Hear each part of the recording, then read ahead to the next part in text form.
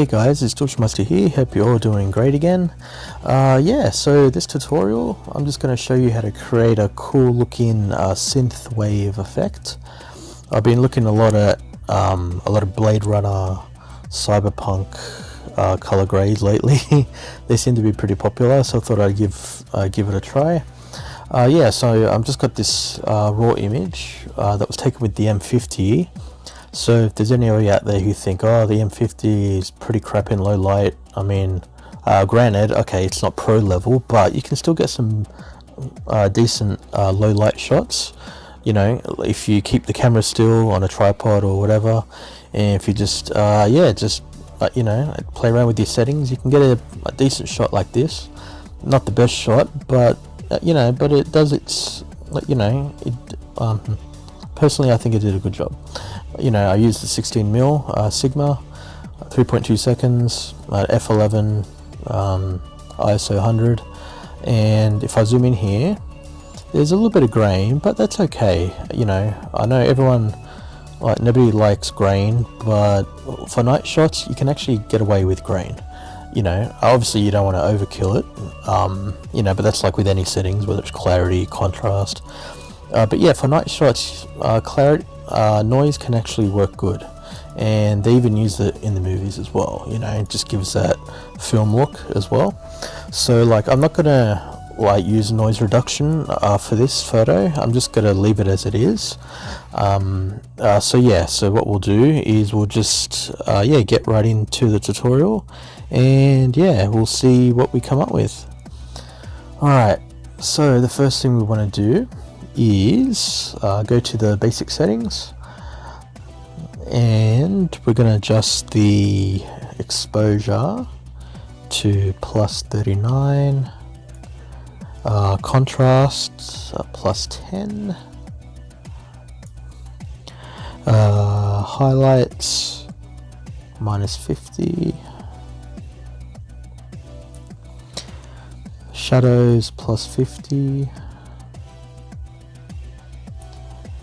the whites we'll do +20, the blacks we'll leave at 0, same with the texture, clarity will increase to 50, and bring the dehaze, actually we'll keep the dehaze at 0, so I won't do that.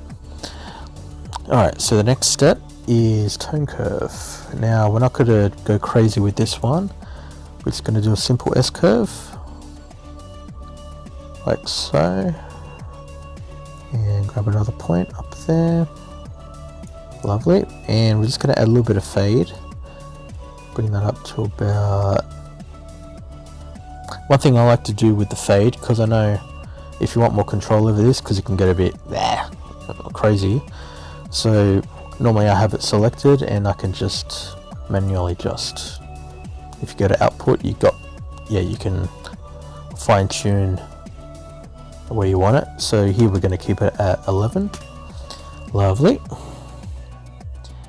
and that's our tone curve, and if we need to adjust that later on we will, but for now we'll just keep it as is.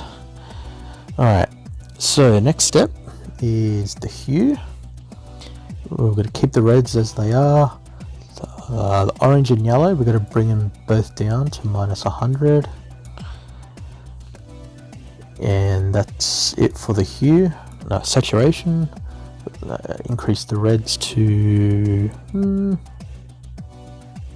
about +50, and the greens, we'll bring that down -100, and the blues, we'll bring it down to -50,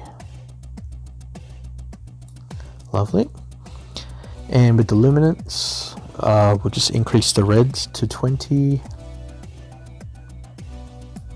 and we'll do the same for the blues.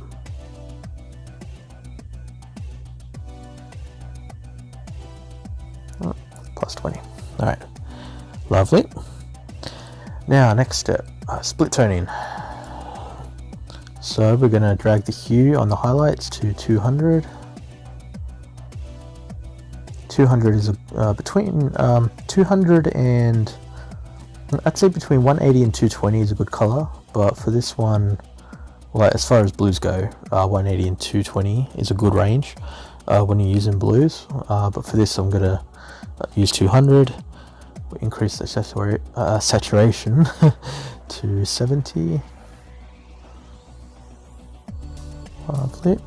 And for the shadows, we're gonna do 250. So we're going a little bit beyond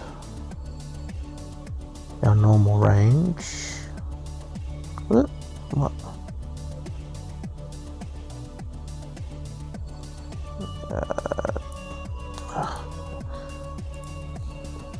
I'll just type it in. There we go. Cool. Alright, and the saturation, we're going to bring that up to plus 50 as well. Lovely. Alright, so that takes care of the split toning. Sharpening, we'll bring that up to 40. 41, doesn't matter. And masking, hold down Alt and click and drag. Obviously we're not going to sharpen everything, so we'll just click and drag to about 90. Lovely. And that's our sharpening. Noise, like I said, we're not going to touch the noise for this photo because we don't need to. And we'll go all the way down to calibration. And the only thing we're going to adjust here is the blue.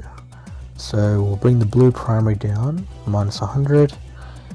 And increase the saturation to plus 100.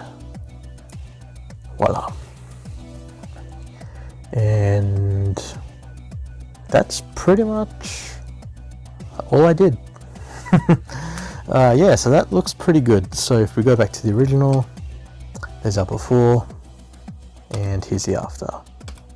That's a pretty big difference, and we didn't really do much. We just adjusted a few colors, increased some sharpening, and a little bit of a tone curve, and just fiddle around with a little bit of basic settings. And yeah, that's pretty much how we achieve this synthwave look. Synthwave. Oh my god. Okay. So yeah, that's pretty much it. The only thing I did after this was maybe I wanted to add a little bit of a brightness to this tall building here and this one here. So all I did was just grab the radial filter, just drew a circle around that, the first one, and I just increased the exposure to around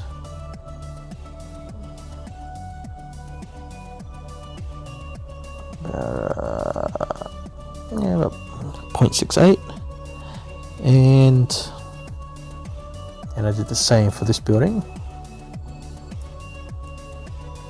So this one I did 29, and I increased the shadow to about 9. Lovely. Okay, we're almost done, guys. So there's one more slight adjustment I need to make this photo perfect, and that is we're going to go back to the tone curve, and we're going to just we're going to make a little bit of a fade effect with the blue, just to give it more of a glow, because looking at it now it looks a bit dull to me. So yeah, so I know I said we weren't going to come back to this curve, but what I'm going to do, rather than do it in Lightroom, we're going to jump into Photoshop, because personally I think Photoshop does a better job at this, and you'll see why. So like, I'll show you just here why it will be better in Photoshop. So basically, like if we would, yeah, so if we did it here in Lightroom, so go to the tone curve, hit the blue tab, and if we raise the midtones, that'll give an okay effect.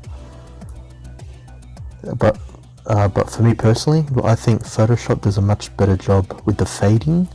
So what we're going to do, we're going to uncheck that, we're going to hit Ctrl Z, and we're going to export this image into Photoshop, and we're going to do it in there. And here we are in Photoshop.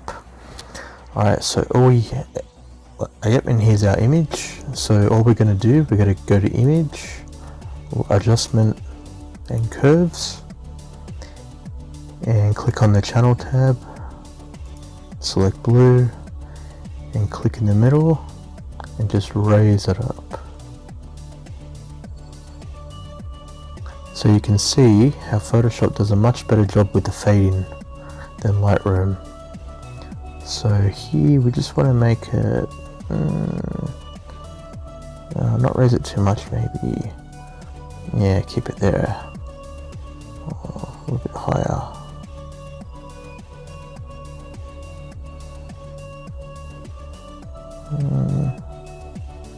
Yeah, looks pretty good. Yeah, so raise it, yeah, so they're the numbers, so the output 160 and the input at 132, and hit OK. Yeah, so if we go hit Control Z, there's our before, and this is how it is after. So to me that looks way better. Well, it's a slight change, and doing it in Photoshop is much better than Lightroom. Personally, that's what I think anyway. And yeah, and there you have it, guys. That's how we achieved the synthwave look. Yeah, like, or at least my version. There's a lot of other cool versions out there. But yeah, so that's pretty much it for this tutorial, guys. Thanks very much for watching. Hopefully this helps you out. Yeah, so I'll leave the original photo. I'll leave the original photo in the description. So if you want to play around with this photo, yeah, feel free to do that. Yeah, we'd love to see what you guys come up with. And yeah, obviously, you know, you can do whatever you can mess around with whatever colors you want. I just find blue, pink, you know, it's a great combination when you're doing the synthwave cyberpunk look. But yeah, but stay tuned. I'll do more different versions with different colors. I might even, yeah, so I'm actually working on a new preset pack. So this, yeah, that'll be focused mainly on this type of style. So yeah, stay tuned for that. And until then, guys, yeah, feel free to like, subscribe, and yeah, I'll see you in the next video. Cheers.